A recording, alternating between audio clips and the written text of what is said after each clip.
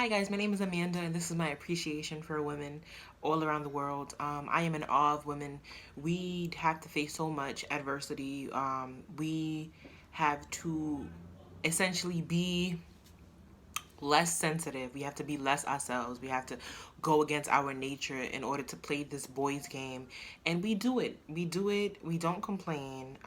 We get treated like shit, but through throughout all of that, we still manage to stand tall. We still manage to keep our compassion. We still manage to speak up. We still manage to be the badass women that we are. So this Women's Month, I am especially proud. I'm always proud to be a woman, but I'm especially proud this month to be among some of the fiercest, strongest, beautiful, gorgeous women that I know. And we're gonna change the world. We're already changing the world, and people fail to see it, but that's okay, because we see it and we know it, and we know that this world will cease to exist without women, and that brings me comfort. That brings me joy. And one day we will get the appreciation that we deserve. But until then, we will continue to appreciate each other. So I am especially happy to be a woman, and I hope that you are too. And happy Women's Month. We be doing a damn thing. I'm not gonna lie, we be doing the damn thing.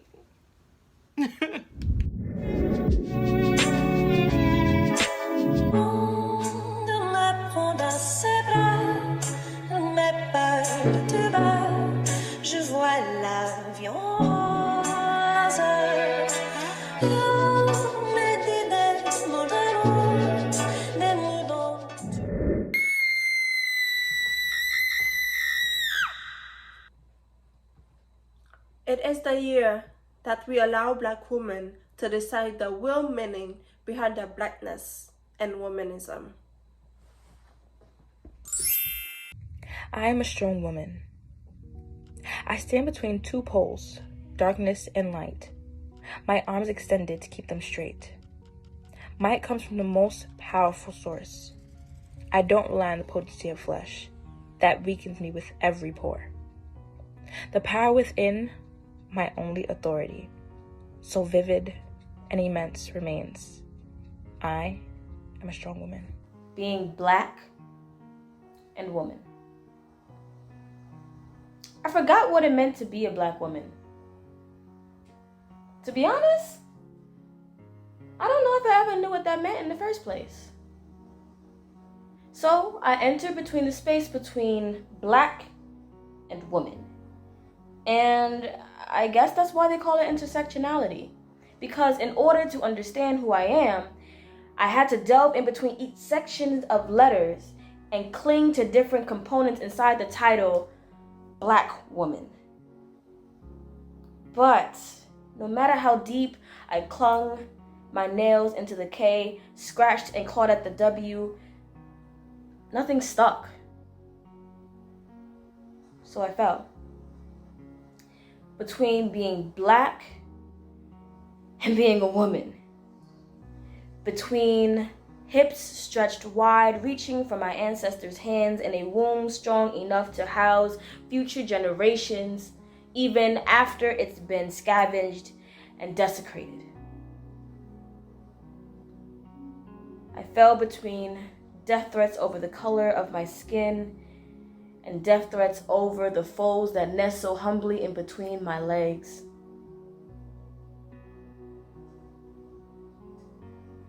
What does it mean to be a Black woman?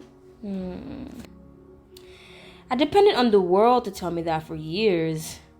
Let it silence me, turn my own voice against me, not knowing that as a Black woman, my voice is a weapon, and no weapon formed against me shall prosper. So, why do I feel this world is conspiring to not only make sure I am not prosperous, but properly buried beneath the country my ancestors made prosperous? Without my voice, I silently searched for the meaning of Black woman, got lost, looking for the B at the beginning of my own label, 'cause it was entitled to me. My temporary invisibility, a blanket of comfort for the world's self-esteem. And in my search, I realized I forgot what it meant to be a black woman. And in my search, I remembered.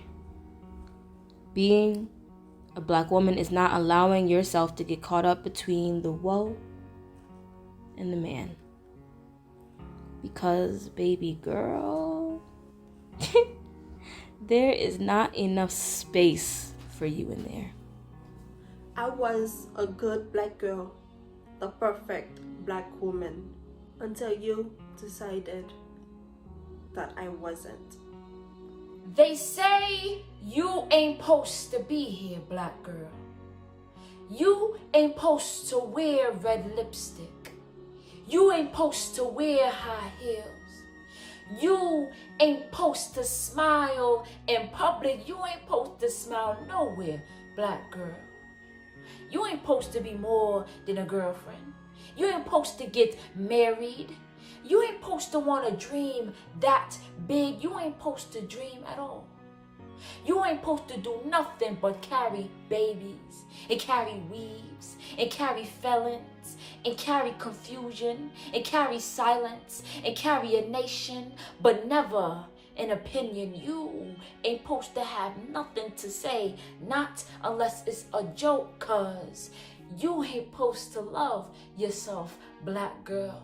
You ain't supposed to find nothing worth saying in all that brown. You ain't supposed to know that Nina, Beyonce, Tina, Cicely, Rhonda, shine, shine, shine, shine, black girl. You ain't supposed to love your mind.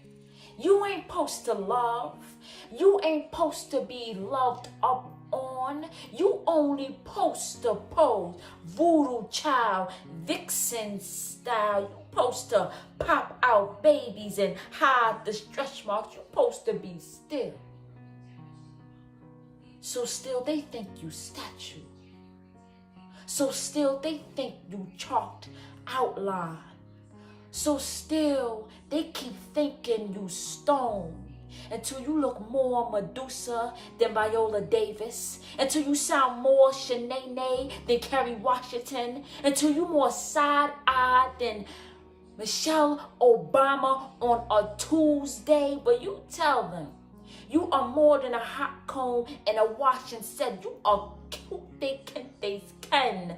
A black girl worth remembering. You are a threat knowing yourself. You are a threat loving yourself. You are a threat loving your kin. You are a threat loving your children. You are black girl magic. You black girl fly. You black girl brilliant. You black girl wonder. You black girl shine. You black girl bloom. You black girl, black girl.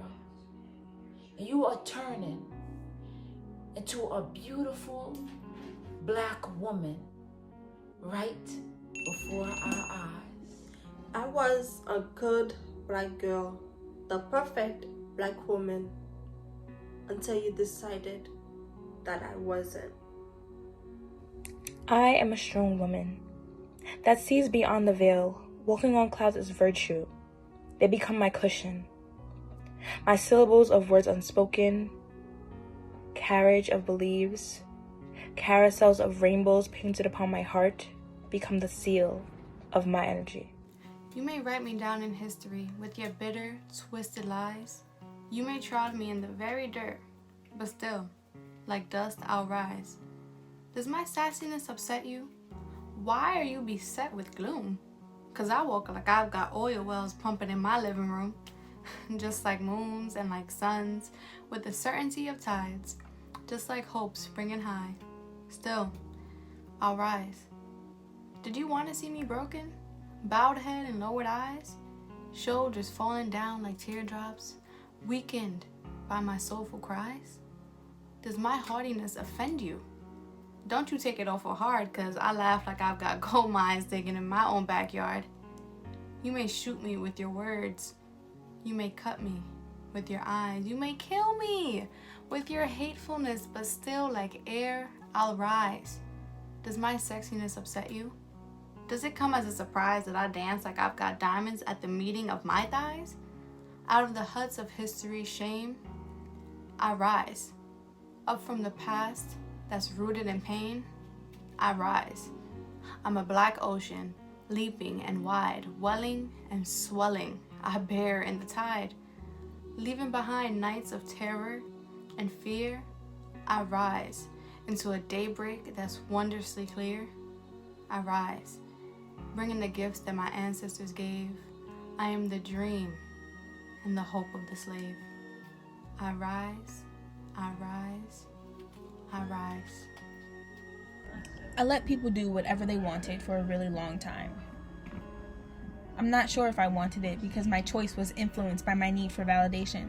I thought maybe I need to make offerings to get what I want. So I let them use me while I made my offerings, while every part of my personhood was critiqued directly and indirectly. Do you need an ear? I have one. Do you need a hand? Take mine. I've got two I don't use.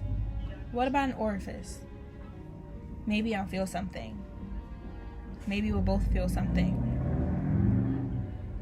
And I was right. I felt the serpent seduction, and I craved it like a drug in the hands of the underserved and misfortunate. The highs were intense, salivating and mouth-foaming excitement, bass-filled cackles, deep, blood-red, brown, and black auras filling the space around us, protecting us from voices of reason, shotgunning climaxes, and toxically poisonous sexual innuendos. It tasted so good, like sweet, sugary validation. But the lows were worse. Acoustic black rooms, with my hands over my ears in attempts to silence your hard nose and stomach your attention aversions. Emptiness and overindulgence to fill where the energy was stolen from, fiery tongues and swift flicks of your words proving that I was not more than the tool. But if I'm always right, then I have the power to change the story. So I am relearning to release the pieces that were shoved in my orifices, because I am not yours to take and I am not yours to consume. I am relearning to pull up from my fupa so I reach down my throat and the words will spill from my mouth with the fire of 1,000 suns. The root chakra grounds me and connects me with the dirt, because nature is not man-made. I'm relearning that I speak when I please, not when I'm spoken to, that my worth lies in alignment with myself and my acquisition of knowledge and my control over my orgasmic yes. Black women are not tools to make the counterparts look good. I am a strong woman. You can see the fire burning in my eyes. It's not the strength of a powered muscle, but the hand that is feeding my soul. Men always expect a harvest. Who would have thought that woman can be more than garden? If you gouge out your eyes just to be blind for love, excuses are not healing medicine. Skin only stretches to form hills and valleys. This is braille for your lover's guidance, so you could take your rib back. Fragile bones break easily, collapse as collateral beneath his feet. But what does God expect? Anything that carries too much weight is bound to break, but women still stand whole. Rest in the holy waters used to baptize, mapped the piece from flesh, forgot how much the back done for. I am not sorry for my blackness, for my loudness, nor am I sorry for my pelo malo. I love my nose and my white hips, not apologizing for where I'm from, definitely not apologizing for where I'm going. I'm just sorry that you can see the beauty within my beauty.